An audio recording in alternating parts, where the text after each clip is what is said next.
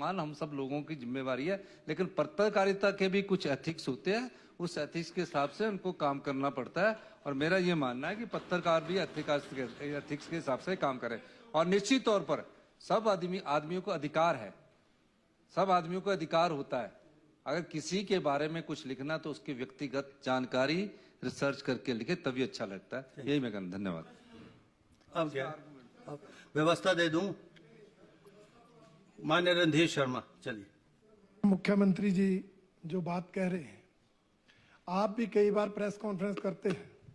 आपने यहाँ उस दिन मेरे ही प्रश्न पर कहा कि घोटाला तो आपकी सरकार के समय हुआ, और आपने आपने ये इच्छा चाही कि वो मीडिया लिखे।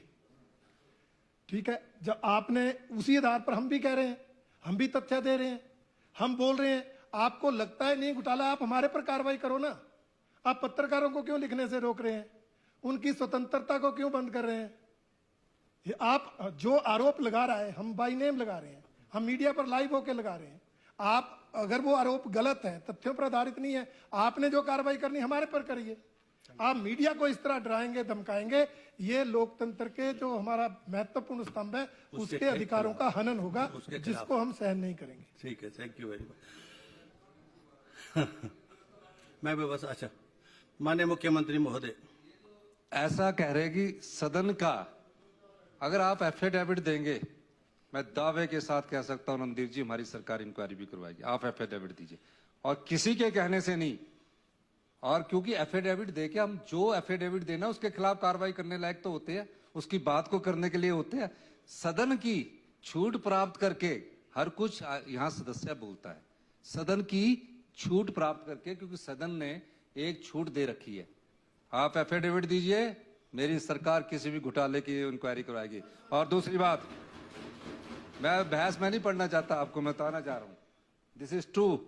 और दूसरी बात, अगर किसी ने बोल दिया है, हम वो नहीं कह रहे, एथिक्स लिखो। अगर घोटाला है तो उस पत्रकार को घोटाला लिखना चाहिए। अगर किसी के कहने से कोई घोटाला और चोर शब्द नहीं इस्तेमाल किया जा सकता। मैं बोल दूं रणधीर शर्मा जी डाकू है, रणधीर शर्मा जी चोर है, मर्यादा यहाँ है, छूट में है। यहाँ बोल सकता हूं कि आप चोर है, पर बाहर नहीं बोल सकता, क्योंकि बाहर आप मेरे को डेफेमेशन कर देंगे। तो इसलिए आप मेरी बात सुनिए। तो कोई बातों को रखने के लिए इसलिए मैं आपको, जब हम बात रखते हैं क्वेश्चन आंसर नहीं होता, ये आप अपनी व्यवस्था दीजिए जो चाहते हैं। धन्यवाद।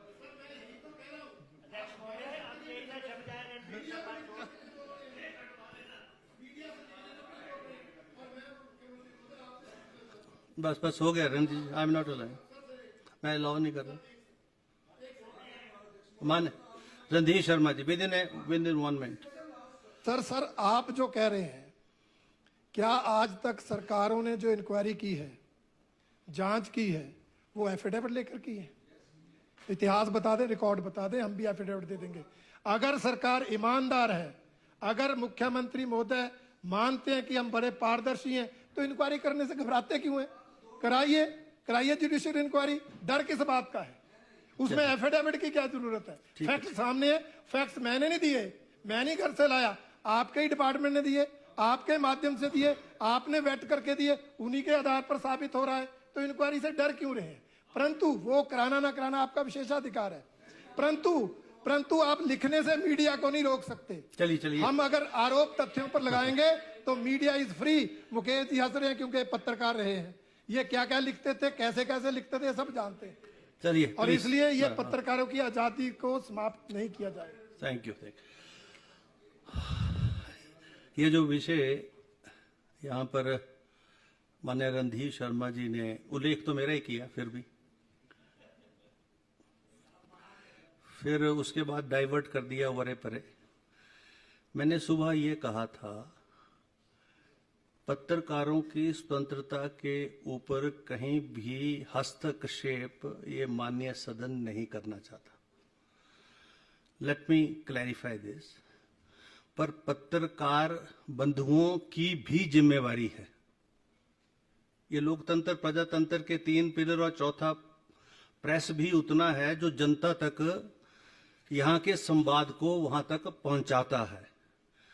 और कोई भी ऐसी खबर जिसका संबंध हो ही